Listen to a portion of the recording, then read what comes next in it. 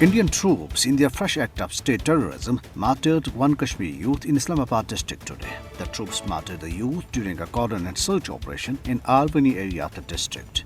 The troops blocked all entry and exit points of Arvani, subjecting the local residents to huge inconvenience. The occupation authorities suspended the internet and mobile services in the area. The occupation authorities disallowed the people to offer Jummah prayers today at historic Jamia Masjid in Srinagar for the 20th consecutive week. The Anjuman-e-Awqaf of Jamia Masjid, in a statement, termed the authorities' action as sheer interference in the religious affairs of the Muslims. Meanwhile, the All-Parties Hurriyat Conference spokesman, in a statement issued in Srinagar, hailed the British parliamentarians for expressing alarm over the human rights violations, including fake encounters by Indian troops in Indian illegally occupied Jammu and Kashmir. He urged the UK government to impress upon India to stop genocide, extrajudicial killings, illegal detentions, and other rights abuses in the occupied territory.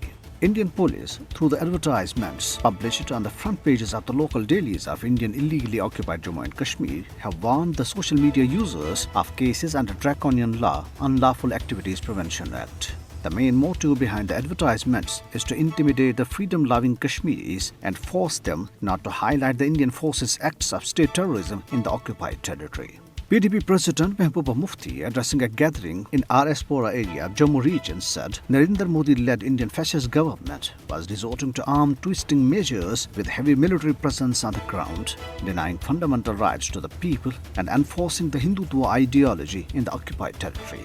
On the other hand, the United Nations human rights experts, in a statement issued in Geneva, have called upon the Indian authorities to release the noted Kashmiri human rights defender Khurram Parvez. The statement issued by the United Nations Office of the High Commissioner for Human Rights was signed by the rights experts Luciano Hazen, Auwa Balde, Tai Ung Bak, Gabriela Citroni, Henrika Smajkiewicz, Mary Lawler, Fionnuala Ni Aulén, and Maurice Tidball Binns.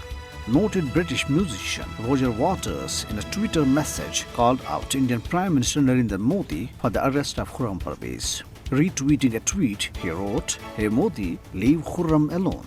A report released by Kashmir Media Service said that Russell Tribunal on Kashmir, recently held in Sarajevo, Bosnia, has exposed the true face of the world's so-called largest democracy, and the United Nations must implement recommendations of the Russell Tribunal on Kashmir.